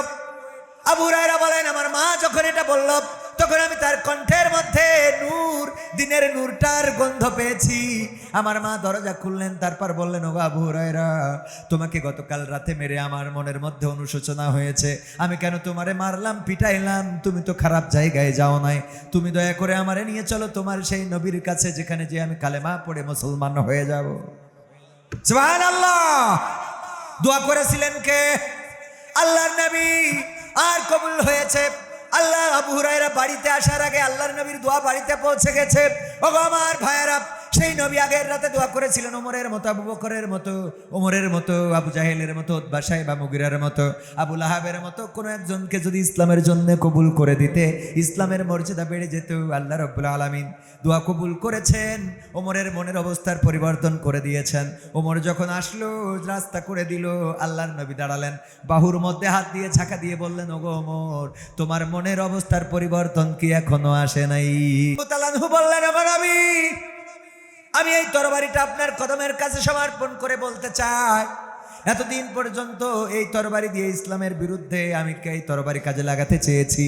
আজকে আপনার সামনে ঘোষণা করে দিচ্ছি, যদি আপনার বিরুদ্ধে কেউ দাঁড়ায়, তাইলে ওমরের তরবারি তার ফায়সালা করে দেবে। সুবহানাল্লাহ। ওমরের তরবারি তার ফায়সালা করে দেবে। ওমর রাদিয়াল্লাহু তাআলা আনহু যেই সূরাটা শুনেছিলেন, ফাতেমা বিনতে খাত্তাব এবং তার স্বামী যেই সূরাটা পড়ছিলেন, সেটা ছিল সূরা তাহা। এই সূরা তাহার মধ্যে ফেরাউন এবং নমরুদের ঘটনাগুলো বেশ, ফেরাউন এবং মুসা আলাইহিস সালামের ঘটনা বেশি বর্ণনা করা। তার মধ্যে যে আয়াতটা আমরা পড়ি কবরের কাছে, যে মিনহা খলাকনাকুম ওয়া ফিহা নুঈদুকুম ওয়া মিনহা নুখরিজুকুম তারাতান উখরা। আমরা বলি, ওগো আল্লাহর বান্দা, তোমাকে এই মাটি থেকে সৃষ্টি করা হয়েছে, আবার একদিন এই মাটিতে ঢুকানো হবে, আবার একদিন এই মাটি থেকে জীবন্ত করে উঠানো হবে। তোমাকে আল্লাহর সামনে দাঁড়ানোই লাগবে, আল্লাহর সামনে তোমাকে উপস্থিত করানো হবে। এই কথাগুলো বলি আমরা মরা লাশের কাছে। বলেন দেখি, যদি কেউ অ্যাক্সিডেন্ট করে ট্রেন রোডের পরে পা দিয়ে টানটাই নিয়ে বসে থাকে, আর ট্রেন যদি চলে যায়, তাইলে দুইটা পা কি আর এক জায়গায় থাকবে? ভাগ হয়ে যাবে না? যাবে না? ভাগ হয়ে গেল, দুইটা পা কাটা। রাজশাহী হাসপাতালে 250 বেড বা 500 বেডে রয়েছে। এখন যদি কেউ যেয়ে বলে, ওগো আল্লাহর বান্দা, তুমি কি ট্রেন সম্বন্ধে জানো না? ট্রেন হলে এমন ঝকঝক ঝকঝক করতে করতে আসে, তার টায়ারটা হলো লোহার, চাকাটা হলো লোহার, আর নিচেই থাকে লোহার পাত। সেই পাতের পরে যদি কেউ রাখে হাত কিংবা পা, অমনি কেটে দ্বিখণ্ডিত হয়ে যাবে। এই কথা যদি পাঁচ আর কেটে দুভাগ হয়ে গেছে, ওরে যদি বলে, ওর মিজাজ খারাপ হবে না ভালো হবে? কথা কয় না। কারণ কি? কারণ হলো যা ঘটার তা তো ঘটেই গেছে। কথা কয় না। যা ঘটার তা তো তার জীবনে ঘটেই গেছে, ওর বইলেও কি আর না বইলেও কি। মোটরসাইকেলে গিয়ার দেয় আমার যুবকেরা, আছে না নাই? দিতে দিতে কারেন্টের খুঁটিতে মেরে দিয়েছে। একজন পাতালে আর একজন হাসপাতালে, একজন পাতালে আর একজন হাসপাতালে। যে হাসপাতালে তারে বলতেছে, মোটরসাইকেলে এত জোরে গিয়ার দিতে হয় না, রাস্তা ভালো না, রাস্তার পাশে কারেন্টের খুঁটি থাকে, ওইটাই লাগলে একটা পাতালে আর একটা হাসপাতালে যাওয়া লাগে। ও বলতেছে, এই কথা আমার শোনাচ্ছেন কেউ? তো আমি প্র্যাকটিক্যালে আমি নিজেই তো ট্রেনিং করি, তারপরে নাইছি। কথা কয় না। মিজাজ খারাপ হবে না ভালো হবে? ওই লোকটা বলবে, আমারে সতর্ক করে লাভ নাই, তোমার ভাতিজারে থামাও, কারণ তোমার ভাতিজা ওই যে ঈদের দিন সেও গিয়ার মারে রে। আজকালকের ছেলেরা বই নিয়ে আর বসে না, ও বাবা গুগলে সার্চ করিয়া পড়ি। ওরে কালের মেয়েরা কোরআন হাদিস ধরে না, এখনকার মা বোনেরা কোরআন হাদিস পড়ে না, ও আল্লাহ টিকটকে ভিডিও ওরা করে। কথা কয় না? আছে না নাই? টিকটকে ভিডিও করে এমন মা বোন আছে না নাই? আজকালকের ছেলেরা বই নিয়ে আর বসে না, গুগলে সার্চ করিয়া পড়ি। আগের সময় প্রেম করিলে আমার হুজুর বলতো পাইছো কি, এখন বলে শখ করিয়া বাবু তুমি খাইছো কি। বাবু তুমি কি খাইছ না? ও খাই না, ফিডার খাবে। আছে না না? বুড়ো ধাড়ি হয়ে গেছে, ওরে ডাকে, বাবু তুমি আসো বাবু, আমার বুড়ো ধাড়ি বাবু। আগের সময় প্রেম করিলে মুরব্বীরা বলতো পাইছো কি, এখন বলে শখ করিয়া বাবু তুমি খাইছো কি। লজ্জা শরম নাই আইলাম কোন জামানাই, লজ্জা শরম নাই আইলাম কোন জামানাই, ভবিষ্যৎ দেখি অন্ধকারে। আজকালকের ছেলেরা বই নিয়ে আর বসে না, ও বাবা মোবাইলে সার্চ করিয়া পড়ে। নতুন করে হয়েছে চালু এখন আবার কোন ট্রেন্ড, পরিচয় করাই দেখি এই আমার গার্লফ্রেন্ড। আছে না নাই রাজশাহী আমবাগানে দেখা পুরাতন বন্ধু, দেখলাম আমার একজনের হাত বগল দাবাই নিয়ে গল্প করতেছে, তুমি আমার পরানো পাখি রে। বললাম দোস্ত বিয়ে করলি কবে, কইলি না তো। ভাবি কেমন আছেন, সালাম আলাইকুম, মানে ওকে সালাম তো এই। ভাবি কেমন আছেন, কারে না কি এর ভাবি, কেন বিয়ে করিনি। তুই বিয়ে করিস নাই তাহলে বগলের তলে ওর হাত কেন, কে এইটা? পরিচয় করাই দিলে এই আমার গার্লফ্রেন্ড। আছে না নাই নতুন করে হয়েছে চালু এখন আবার কোন ট্রেন্ড, পরিচয় করাই দেখি এই আমার বয়ফ্রেন্ড। মেয়েরাও ওরা পিছাই নেই। আম্মা তোমাকে বলেছিলাম না আমার বয়ফ্রেন্ডের সাথে কথা বলিয়ে দেব, এই যে নিয়ে এসেছি। এই আম্মাকে সালাম দাও। আম্মা, মা কয় এই দেখি তো মনে আছে 5 ওয়াক্ত গাঞ্জা টানে। আম্মা হ্যাঁ টানে আম্মা, ও গাঞ্জা না টানলে স্প্রিং এ জোর পায় না, ঠিক না বেটে? আর যত গাঞ্জাখোর, ফ্যান্সিখোর, ডায়ালখোর, ইয়াবাখোর, এদের যত যত সুন্দরী মেয়ে আছে ওদের পিছনে ঘোরে, ঠিক না বেটে? আর ভালো ভালো ছেলেগুলো বিয়ে করবে, মেয়ে খুঁজে পায় না, সব বাইনাদের গেছে ইয়াবাওয়ালারা। এরপরে বিয়ের পরে যখন দেখে ওরে আল্লাহ কি নিয়ে আইছি, মাসের পরে মাস চলে যায়, হক আদায় করতে পারে না, তখন এবার হুজুরির কাছে ফোন দেয়, হুজুর গো কোন মান্দলি করলেই ছেলে পিলে হবে। এই কথা কয় না হুজুর, কোন তাবিজ আছে করলে ছেলে পিলে, ছেলে পিলে বোঝেন তো, মানে বাচ্চা। কোন মান্দলি করলে বাচ্চা হবে, মানে ও ওই লাইনে যাবে, তাই এই লাইন দিয়ে শুরু করে। হুজুর গো মনের কথা আর কি বলবো, আমাদের ওই খুকার বাপের তো মেশিংই অনেক ঝামেলা। কথা কয় না ঝামেলা হবে না, খান তুই ইয়াবা ট্যাবলেট দেখে গেছিলি। যারা ভালো ভদ্র নামাজি রোজাদার আল্লাহওয়ালা দিনদার, নিজেদের শরীরটারে নষ্ট করে না। আগের সময় যদি কেউ না খেয়ে থাকতো, যদি কেউ চিকনা হয়ে যেত, যদি চিকন থাকতো, মানুষেরা বলতো আপনারা কি বলেন চিকনা, হ্যাংলা, পাতলা, আপনারা কি বলেন? চিকন সবই বলেন, হ্যাংলা, হ্যাংলা, পাতলা, চিকনা যাই বলেন না কেন, তিনটাই বলে দিলাম সমার্থক শব্দ। এই মানুষ যদি কেউ দেখতো তারে ডেকে বলতো এইদিকে আসো মকসেদ মিয়া, তুমি কি কিছু খাও না, তোমার আব্বাকে কিছু তোমারে খাওয়ায় না, তোমার বাড়ি কি ভালো কিছু রান্না হয় না, এমন হ্যাংলা পাতলা চিকনা হয়ে যাও কেন? আর এখনকার সময় যদি কেউ চিকনা হয় ডাক দেয় মকসেদ এইদিকে আয়, কিছু খাওয়া ধরেছিস নাকি? কথা কয় না, কিছু কি টানো, এমন পাতলা হয়ে যাও কেন, মানে কিছু খাইলে, এখন খাইলে চিকন হয়, কথা কয় না। আর এই চিকন চিকন মালগুলো সুন্দরী সুন্দরী নিয়ে যখন যায় মিজাজটা আমারও খারাপ হয়। অথচ আমার বিয়ের সময় মা কতটা পাত্রীর কাছে গেছে, কেউ দিতে রাজি হয় না, হয় না, হয় না, গোলে মালে জুড়া তালিতেছে, এটা নিয়ে আইলাম, ওইটা নিয়ে এখন আসি। সত্য বলছি। নতুন করে হয়েছে চালু এখন আবার কোন ট্রেন্ড, পরিচয় করাই দেখি এই আমার বয়ফ্রেন্ড। শরমের মাথা খাইয়া গেছে ওরা পাগল হইয়া, শরমের মাথা খাইয়া গেছে সব পাগল হইয়া, ভবিষ্যৎ দেখি অন্ধকারে। আজকালকের ছেলেরা বই নিয়ে আর বসে না, ও বাবা গুগলে সার্চ করিয়া পড়ে। ওরে কালের মেয়েরা কোরআন হাদিস ধরে না, এখনকার মা বোনেরা পবিত্র কোরআন পড়ে না, ও আল্লাহ টিকটকে ভিডিও ওরা করে। বিশ্বাস হইল না মনে হয়? জোরে বলেন ঠিক না বেঠে, সবাই বলেন ঠিক না বেঠে। আগের সময় যদি বিয়ে করতে চাইতো আমার ভাইজান না চাচা হবে, যাই হয় হোক, উনি যখন বিয়ে করবেন বাবা দাদা চাচা তারা মেয়ে দেখার জন্য গিয়েছিল। যাওয়ার পরে ওই মেয়েটারে জিজ্ঞাসা করেছিল, গো মা কোরআন কি পড়তে পারো নাকি? বলেছিল হ্যাঁ পারি। তাইলে একটু পড়ে শোনাও। এমনকি বিয়ে যখন দেখতে যাবে মেয়ে সামনেই আসতে চায় না। মা কত পাম পট্টি দিয়ে দিয়ে কইয়েছে সামনে গেলেই কি বিয়ে হয়ে যাবে নাকি? আমরা তোর আরো 2 বছর রাখবো, একটু সামনে যা। তোর আব্বা কথা দিয়ে ফেলেছে, মান সম্মান থাকবে না।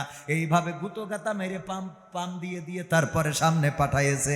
আর এখনকার সময় মেয়ে দেখতে যদি যাইতে চান, ওই মেয়ে এই গ্রামের লোকের দাওয়াত দেয়, আসিস আমার দেখতে আসবে। দোস্ত, হ্যালো দোস্ত, আমাকে না দেখতে আসবে দোস্ত, একটু তোমরা আইসো। হ্যাঁ ঠিক না বেটে? দোস্ত এসো। আগের সময় দেখতে যে জিজ্ঞাসা করতো কোরআন পড়তে পারে কিনা, যখন বলতো হ্যাঁ পারি, বলতো তাইলে 2টা আয়াত পড়ে শোনাও। গুনগুন গুনগুন করে তেলাওয়াত করতো, আলাম তারা কাইফা ফাআলা রাব্বুকা বিআসহাবিল ফিল, এমনি ভাবে তেলাওয়াত করে শোনাতো। বলতো আয়াতুল কুরসি হবে কিনা, পড়তো, বলতো হ্যাঁ হবে, তাইলে পড়ো আল্লাহু লা ইলাহা ইল্লাহু আল হাইয়ুল কাইয়ুম, পড়িয়ে একেবারে শেষ পর্যন্ত। আত্তাহিয়াতু হবে কিনা, হ্যাঁ হবে, পড়ো, তাহলে আত্তাহিয়াতু লিল্লাহি ওয়া সালাতু শেষ পর্যন্ত। দুরূদ ইব্রাহিমটা হবে কিনা, বলতো হ্যাঁ হবে।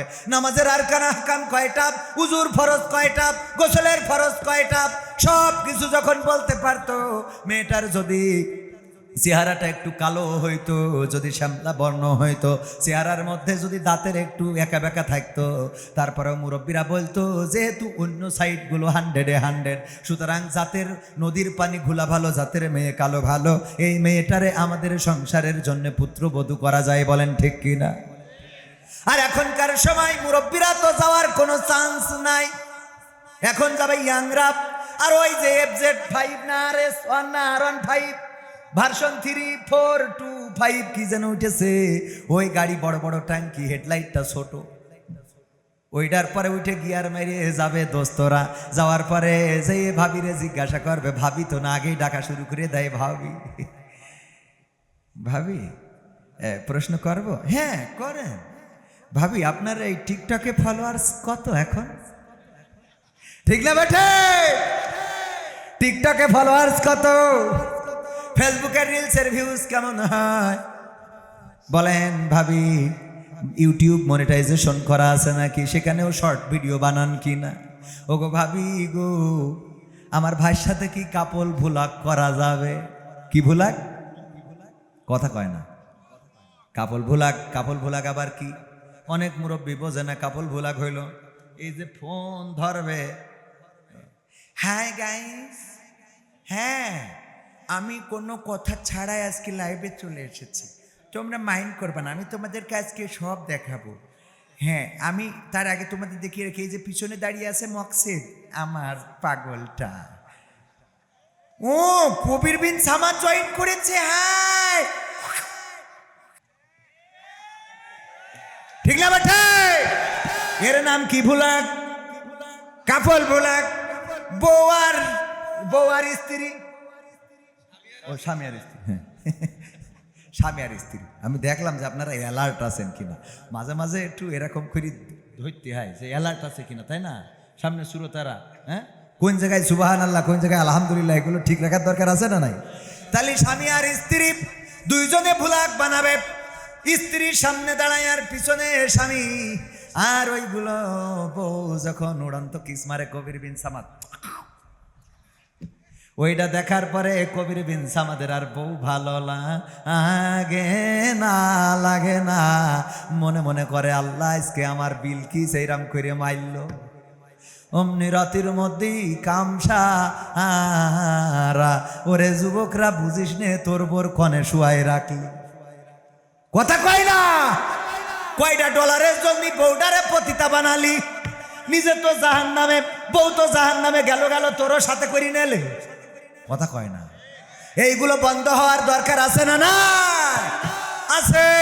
আমার ভাইয়েরা এইটা যদি বন্ধ করতে হয় নারীদেরকে পর্দার মধ্যে রাখতে হবে। আমার আল্লাহ বলেছেন ওয়াকরনা ফি বুয়ুতিকুন্না ওয়ালা তাবাররাজনা তাবাররুজাল জাহিলিয়াতিল উলা। ওগো নারীরা তোমরা পর্দার মধ্যে থাকো, জাহিলি যুগের মেয়েদের মতো সাজুগুজু করে নিজেদেরকে প্রদর্শন করে বেড়ায়ও না। আর আমার মা বোনেরা এখন বলে আল্লাহ তোমার কথাও রাখবো, শয়তানের কথাও থাকবে। সেটা কেমনে? আমার ভাইজান দাওয়াত দিয়েছে, পিকনিকে নিয়ে যাবে কোথায়? রাজশাহীতে। বললাম যাব। দাওয়াত দিয়েছে 10 জনের। উনি জানেন 10 জন বললে লোক বেশি হয়ে যাইতে পারে, যদি কোনোভাবে লোক বেড়ে যায় তাইলে 10 জনের জন্য বিরিয়ানি বা ভাতের অর্ডার করা। এই ভাত খাওয়াবো, বাকি লোকের কি খাওয়াবো, সাথে করে কিছু মুড়ি নিয়ে গেছে যে যদি লোক বেড়ে যায় তাইলে কিছু মুড়ি খাওয়াবার, কিছু লোকের ভাত খাওয়াবো। আমার কাছে জিজ্ঞেস করছে কবির ভাই আপনি মুড়ি খাবেন না ভাত খাবেন? আমি বললাম ভাত খেয়ে তারপর মুড়ি খাবো। ভাত খেয়ে তারপর সহ্য না করি পারা যায়? ভাত খেয়ে মুড়ি খাবো, তার মানে যে উদ্দেশ্য তার ছিল সেটা কি আর হইলো? যদি সবার জিজ্ঞেস করে কি খাবা, কেউ যদি বলে মুড়ি খেয়ে ভাত খাবো, আর কেউ যদি বলে ভাত খেয়ে মুড়ি খাবো, তাইলে বলেন দেখি উনার মুড়ি আর ভাত দুইটা তেশমারা খাবে না খাবে না? ও আমার ভাইরা, মা বোনদের বলল ওয়াকরনা ফি বুয়ুতিকুন্না ওয়ালা তাবাররাজনা তাবাররুজাল জাহিলিয়াতিল উলা। ও নারীরা পর্দার মধ্যে থাকো, জাহিলি যুগের মেয়েদের মতো সাজুগুজু করে নিজেদেরকে প্রদর্শন করে বেড়ায়ও না। এই কথা আল্লাহ বলল। মা বোনেরা বলল আল্লাহ তোমার কথাও থাকবে, শয়তানের কথাও রাখবো। সেটা হইলো আগে সাজুগুজু করব, তারপরে বোরকা পরব, পার্কে যেয়ে খুলবো, আসার সময় আবার লাগাবো। ঠিক না বেটে? এত সাজা সাজে আমার যুবকরা দেখি বলে আবেদা ছাড়া বাঁচবে না, ওর আবেদারই লাগবে, আবেদা ছাড়া কারো বিয়ে করবে না। এবার বিয়ে করার পরে বাসর রাত শেষ হয়ে যাওয়ার পরে এমন বিপদে পড়ে আপনাদের বাগাই নাকি যেন বাগমারা, নাকি বাগা থানার নাম কি বাগা না বাগমারা? বাগমারা থানায় বিউটি পার্লার আছে না নাই? একজন বিউটি পার্লারের মালিকের বিয়ের পরের দিন যে একটা আইফোন 16 প্রো ম্যাক্স কভার সুন্দর করা নিয়ে যে বলছে আপনার এই বিউটি পার্লারের মালিককে কয় আমি, কয় আপনার জন্য এই যে আইফোন 16 প্রো ম্যাক্স নিয়ে আইছি। কয় কিসের জন্য? গতকালকে যে আবেদারে সাজাই দিয়েছেন আপনি? কয় হ্যাঁ আমার বিউটি পার্লার থেকে সাজানো। কয় আপনার জন্য এই যে এইটা। ও তো দেখে এত খুশি, বলছে আল্লাহ এমন স্বামীরে তুমি আরো 3টা বউ দিও। বলেন আমি। কারণ কি? কারণ যদি একটা সাজাইলে যদি আইফোন পাওয়া যায় তাহলে আরো 3টে সাজাইলে BMW গাড়ির মালিক হওয়া যাইতে পারে। এত বড় মন তো কারো দেখি নাই। ওইটা পাওয়ার পরে খুবই খুশি, বগল বাজানো শুরু করেছে। আল্লাহ আজকে জীবনে সার্থক যে আমার একটা আইফোন দিয়ে চলে এসেছে। বক্স খুলে দেখে কিসের আইফোন 16 প্রো ম্যাক্স, খুলে দেখে ওর মধ্যে নোকিয়া 1100 গাডার মারা। নোকিয়া 1100 চিরকুট একটা লিখা, গাডারের তল দিয়ে একটা চিরকুট লিখে দিয়েছে। এখন কেমন লাগে? এখন কারণ তুমি কালকে যে মালদারে সাজাইছো, বাসর রাতে ঘুমটাটা তুলে আমি দেখলাম পরিমনির খালাতো বোন। আমার আত্মাটা ঠান্ডা হয়ে গেল। যার যাই হোক আমি একটু কালাকুলা হইলেও বউটা সুন্দরী নিয়ে আইছি। ওমা সকালবেলা গোসলের পরে রে এ তো দেখছি নোকিয়া 1100 গাডার মারা বাটনেও কাজ হচ্ছে না। এইবার গান গাই, আমি পারি না আর পারি না, আমি কেন মরি না, আজরাইল কি চিনে না আমারে গো, আমি পারি না আর পারি না। হয়তো 2 দিন পরে মরব, আগে মরলে কি ক্ষতি, ওরে এই দুনিয়ার রং তামাশা বুঝলাম না রে এক রতি। ও আমার ঘরের রমণী সে যে কাল নাগিনী, বাগমারার বিউটি পার্লার আমার বাজাইলো 12টায়, আমি পারি না আর পারি না। গান আছে না নাই? নসিবটা ভালো, গানটা পুরুষেরা লিখেছে, পুরুষেরা গেয়েছে। তা না হলে যদি মেয়েরা এই গানটা লিখতো আর গাইতো তাইলে ওরা বলতো আমি পারি না আর পারি না, আমার স্বামী কেন মরে না, আজরাইল কি চিনে নাই আমার স্বামী রে গো, আমি পারি না আর পারি না। ঠিক না বেঠে? আছে না নাই? আমার কাছে একজন বোন ফোন করে বলতেছে, হুজুর আপনি কি সেই হুজুর? কলাম কোন হুজুর? কয় ওই যে প্রশ্ন ধরেন আর উত্তর দেন। মানুষের প্রশ্ন করি মাঝে মাঝে, বলেন হুজুর ফরজ কয়টা, নামাজের আরকান আহকাম কয়টা, প্রশ্নের উত্তর দিই উত্তর নি। বললো যে আপনি কি সেই হুজুর? বললাম হ্যাঁ। বলছে হুজুর গো ও রে, আমার স্বামী মরে গেছে রে। আমি বললাম আমার কিছু করার নেই, কারণ একটা বিয়ে করে কত জ্বালাই পড়িছি, এখন আর একটা কন্তে করবো, বোঝেননি? একটা জ্বালা সহ্য করতে পারি না, আর একটা জ্বালা। এই কথা কয় না। বিয়ে যারা বিয়ে করিয়েছে ওরা তো বুঝতে পারছে, যারা বিয়ে করেনি ওরা মনে করছে না জানি কি আছে কই দিয়ে দেয়। বাড়ি থাকা লিখবেন না, রাত সেই দিয়ে বসে থাকতে। এক মুরব্বী হজে যাবে, টাকা নাই কিন্তু মনে বড় খায়েশ, হজে যাবে। মসজিদের ইমাম ওয়াজ করেছে যদি কেউ জুম্মার দিন প্রথমে মসজিদে আসে তাইলে তার হজ একটা কবুল হজের সোয়াব হবে।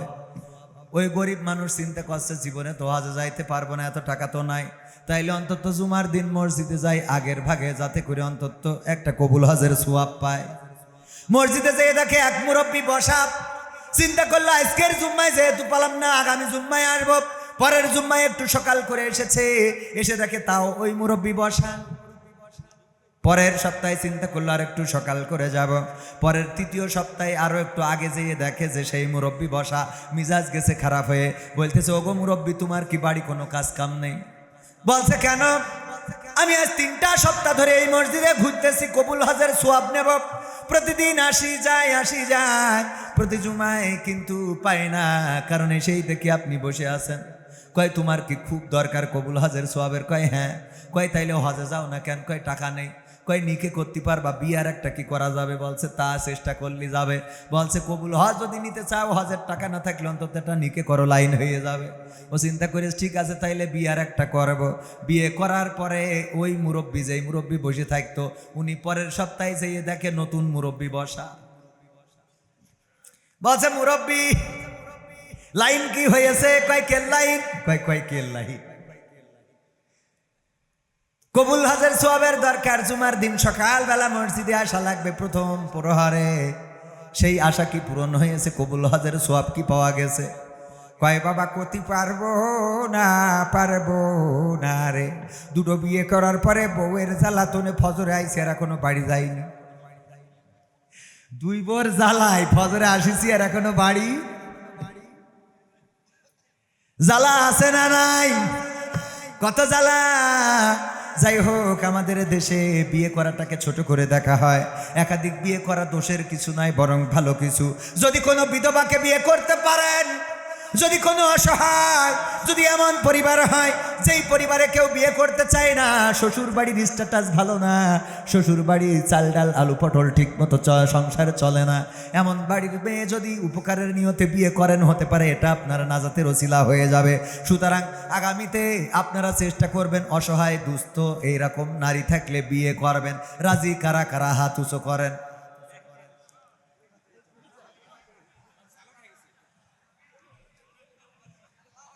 বলছে হুজুর মাইকি না বললি কত, ঠিক না ভাই? ঠিক।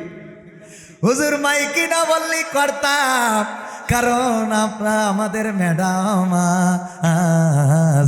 রে বাড়ি গেলি ধরবে, বলো হাত উঁচু করার দলে ছিলে নাকি? কথা কয় না। রাজা বলতেছে আমার রাজদরবারে বউয়ের কথা শুনে চলো কারা এক পাশে যাও, আর বউয়ের কথার বাইরে চলো কারা এক পাশে যাও। বউয়ের কথা মতো চলো না, বউকে প্রায়োরিটি দাও না, বউয়ের কথার আন্ডারে তুমি থাকো না। কে কে এক পাশে যাও ডাইন পাশে, আর যে শোনো বউয়ের কথা শোনো সে বাম পাশে যাও। সবাই এক এক করে চিন্তা করলো আমি শুনি আমি শুনি আমি শুনি আমি শুনি, সব চলে গেছে ডাইন পাশে, অনলি ওয়ান পিস বাম পাশে দাঁড়ানো। রাজা বলছে রাজ দরবারের সম্মানটা তুমি রেখেছো, যে এই রাজ দরবারে অন্তত একজন হইলেও আছে যে বউয়ের কথা মতো চলে না। বলছে রাজা আপনি বোঝেন নাই। কেন? বলছে আমার বউ বাড়িতে বলে দিয়েছে যেই পাশে বেশি লোক দাঁড়াবে তুমি ওই পাশে দাঁড়াবা না, যেই পাশে বেশি লোক দাঁড়াবে তুমি ওই পাশে। তার মানে এ তো আমলের পরে। আমাদের অবস্থা তাই, একাধিক বিয়েতে দোষের কিছু নাই।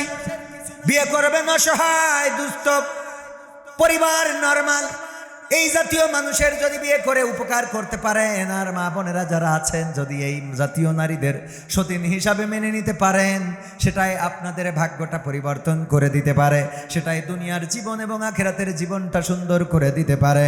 ওগো আমার মা বোনেরা, অনেকেই আছে একাধিক বিয়েতে নাখোশ হয়, কিন্তু স্বামী যখন অন্যায় করে, অন্যের বউয়ের সাথে পরকিয়া করে, অন্যের বউ নিয়ে মার্কেটে যায়, এইগুলো করে বেড়ায়, গুনাহগার হয়ে যায়। এই গুনার কারণে স্বামী যদি জাহান্নামে যায়, তাইলে জীবনের তরে ওই স্বামীরে চিরতরে হারানো লাগবে। বলেন ঠিক কিনা? তার চেয়ে ভালো অন্তত বিয়ে করে ভালো কাজ করুক, নেকামল করুক, সেই স্বামীরে আবার জান্নাতে পাওয়া যাবে। আমার মা বোনেরা এই জিনিসটা বোঝে না রে। মা বোনেরা বলছে এই হুজুরি যদি আগামীতে আনে 8 টাকা দেব। কথা কয় না। তবে পুরুষদেরও ভালো হইতে হবে, ইনসাফ করতে। আল্লাহ বলেছে বিয়ে করো 2, 3 অথবা 4। যদি মনে করো ইনসাফ করতে পারবা না, তাইলে একজনে সন্তুষ্ট থাকতে হবে। কথাটা কার? আল্লাহ 2 দিয়ে শুরু করেছে, 4-এ শেষ। 2 দিয়ে শুরু, 4-এ শেষ। কিন্তু বলেছে যদি ইনসাফে ব্যর্থ হও, তাইলে একজনে সন্তুষ্ট থাকতে হবে, একজনের বাইরে যাওয়া যাবে না। ভাইরা আমার, ইনসাফ করার দরকার আছে না নাই? কিন্তু পুরুষরা এমন আছে, স্ত্রীদের হক আদায় করতে পারে না, করে না। স্ত্রীদের যে অধিকার বুঝিয়ে দেয় না, স্ত্রীদের সাথে ভালো আচরণ করে না। অন্যের বউ দেখে কত সুন্দর করে কথা বলে, হ্যালো ভাবি গো, আপনার হাতের শরবত বড় মিষ্টি লাগে। আর নিজের বউ যেটা রান্না করে, খাওয়ার পরে বলে এই এত লবণ। আরে মিজাজ, বোর কাছে বিশাল পালোয়ান আছে না নাই?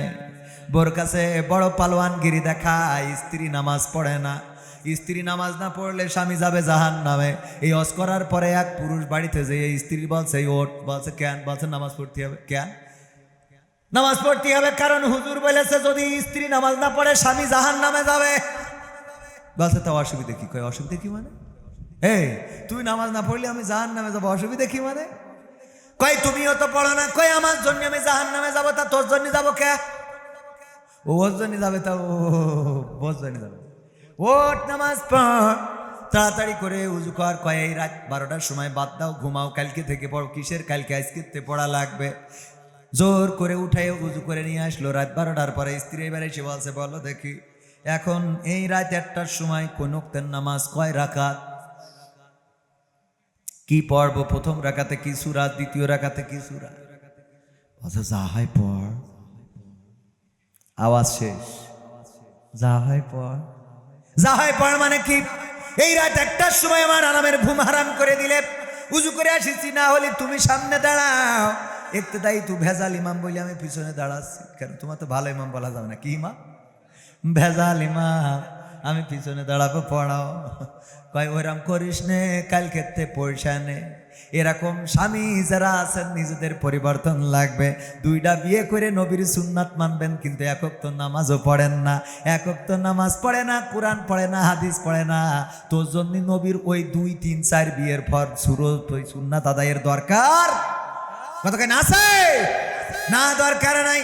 মসজিদ মুখী হতে হবে, নামাজ মুখী হতে হবে, কোরআন মুখী হতে হবে। কিন্তু আমাদের সমস্যা হলো কোরআন পড়তে ভালো লাগে, কোরআন শুনতে ভালো লাগে, কোরআন জানতে ভালো লাগে, কোরআন মানতে ভালো লাগে।